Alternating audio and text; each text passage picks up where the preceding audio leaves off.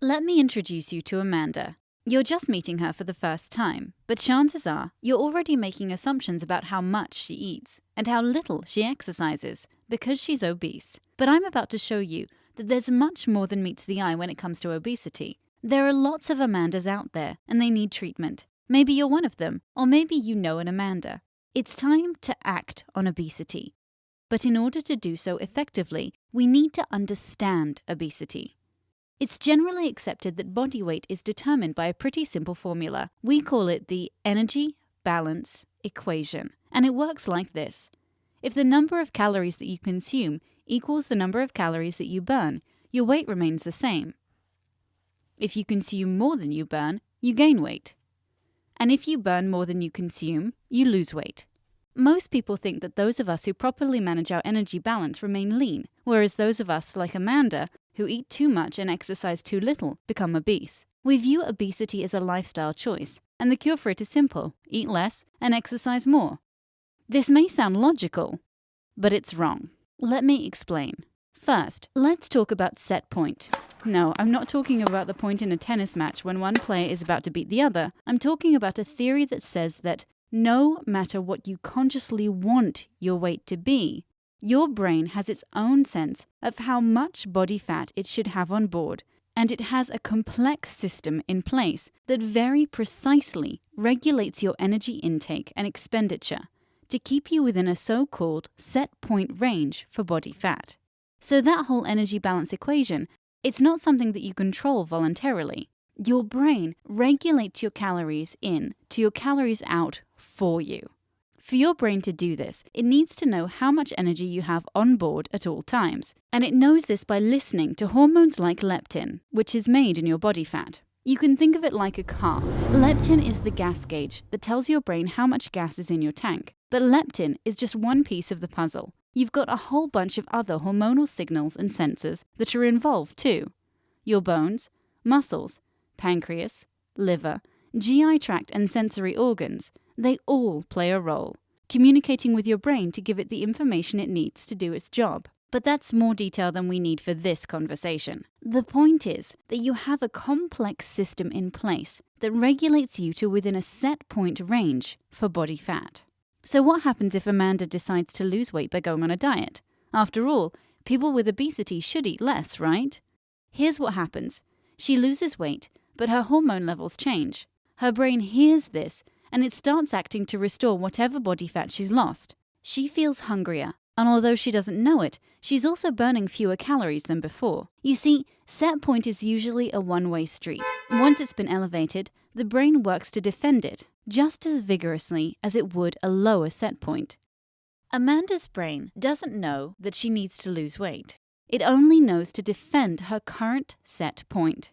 Back to our car analogy. Amanda can't help but look for a gas station to refuel when she sees that her gas gauge is low. At the same time, she becomes more fuel efficient, burning less energy than before. This might explain why treating obesity with diet and exercise so often fails to produce the desired results. It's sort of like telling Amanda that she needs to be a more careful driver, when the real problem is that she needs a mechanic to fix her car. Okay, so if we've all got this complicated system in place that prevents us from losing weight, why doesn't it also protect us from gaining weight and developing obesity in the first place? How can we explain the obesity epidemic? Getting back to Amanda, why did she develop obesity? The answer is that it takes a perfect storm to cause an obesity epidemic like the one we're seeing now. And it's our modern environment that places us, and Amanda, directly in the path of that storm. While there's no single cause for the rising rate of obesity, changes to the chemical and nutrient content of our food, the so-called Western diet, a decrease in physical activity, increased levels of stress, inadequate and disrupted sleep, and more widespread use of medications that promote weight gain all play a role.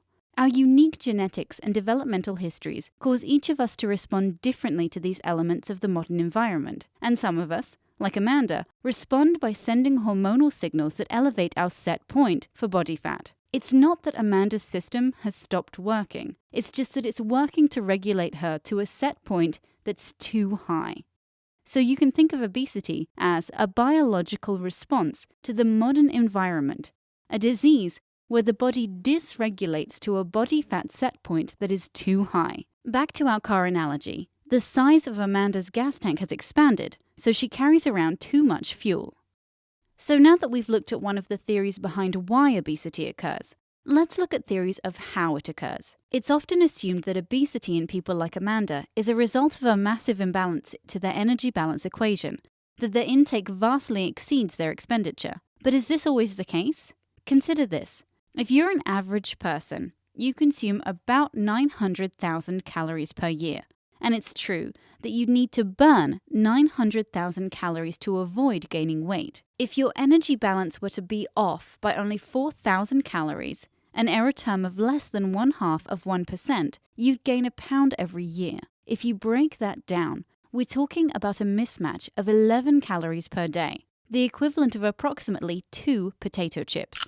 If your intake were to exceed your expenditure by just 40 calories per day, the equivalent of 1 pretzel rod, you'd gain about 150 pounds between age 25 and 65. So there are 2 points here. 1. If you're maintaining your weight, you're doing so because your body is matching your energy intake to your energy expenditure more precisely than you could ever do consciously. So it stands to reason that your system plays a role in doing it for you. And 2, people may gain weight not because their energy intake wildly exceeds their energy expenditure, but because of a very slight mismatch between the two. For Amanda to lose weight and keep it off, she needs to find a way to lower her set point. That is, rather than declaring war on her own biology, she needs to find a way to make her body regulate itself to a new, lower weight.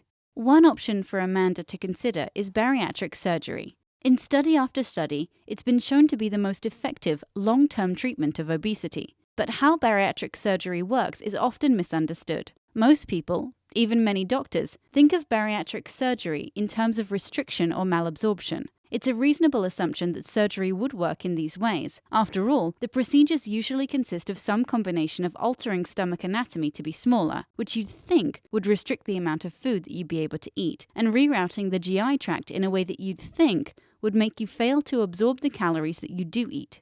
But new research suggests that certain types of bariatric surgery, for example, gastric bypass, sleeve gastrectomy, and duodenal switch, affect the signals between the brain and the body to decrease appetite, increase feelings of fullness, increase metabolism, and even encourage preferences for healthier food. Surgery may change the set point for body fat. It's like the anti-diet. Instead of fighting the set point like a diet does, surgery may recalibrate it, and the hormones that stimulate weight gain when a person diets do the exact opposite after surgery as the body regulates itself to the new lower set point. So here are 3 things you can take away from all of this. 1. Energy balance is complex and highly regulated. 2. Obesity is a disease where the complex system that regulates body fat may dysregulate to a set point that is too high. 3. Bariatric surgery may work by changing the signals that regulate body fat set point, enabling patients to successfully lose weight and keep it off.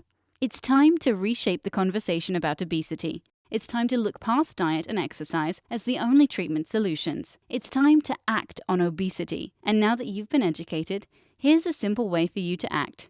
Share this video.